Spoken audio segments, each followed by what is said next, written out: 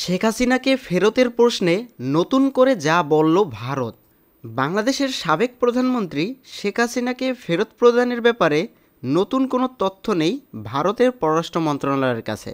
মন্ত্রণালয়ের মুখপাত্র রণধীর জয়সালের শুক্রবারের সাংবাদিকদের এক প্রশ্নের উত্তরে এক ইস্যুতে ভারতের অবস্থান স্পষ্ট করার চেষ্টা করেছেন। শেখ হাসিনাকে ফেরত প্রদানের ব্যাপারে ভারত কী সিদ্ধান্ত নিয়েছে?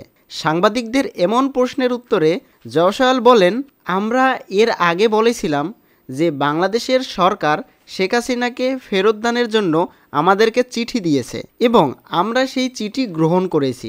এই ইস্যুতে আর বেশি কিছু বলার নেই আমার। শিক্ষার্থী জনতার অভ্যুত্থানের মুখে টিকতে না পেরে 2024 সালের 5ই আগস্ট দেশ ছেড়ে ভারতে পলায়ন করেন 77 বছর বয়সী শেখ হাসিনা। বর্তমানে তিনি দিল্লির একটি সুরক্ষিত এলাকায় রয়েছেন বলে জানা গেছে।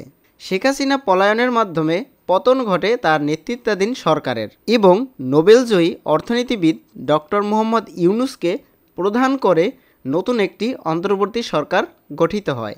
শিক্ষার্থী জনতার আন্দোলনের দমনে আগ্নেয়াস্ত্রের ব্যবহার ও হত্যার অভিযোগে ইতিমধ্যে শেখ হাসিনার বিরুদ্ধে গ্রেপ্তারি পরোয়ানা জারি করেছে বাংলাদেশের আন্তর্জাতিক অপরাধ ট্রাইব্যুনাল।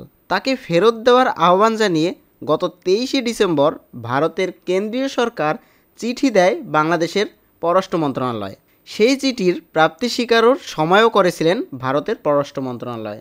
এদিকে গত 26 নভেম্বর রাষ্ট্রদ্রোহিতার অভিযোগে গ্রেপ্তার হন সম্মিলিত সনাতন জাগরণ মঞ্চের মুখপাত্র এবং চট্টগ্রামের পুন্ডিরক ধামের অধ্যক্ষ চিন্ময় কৃষ্ণ দাস।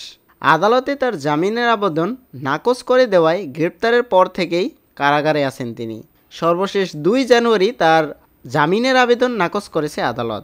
এর আগে ভারতের কেন্দ্রীয় সরকার চিন্ময় কৃষ্ণ দাসকে মুক্তি দিতে বাংলাদেশের অন্তর্বর্তী সরকারকে অনুরোধ করেছিল।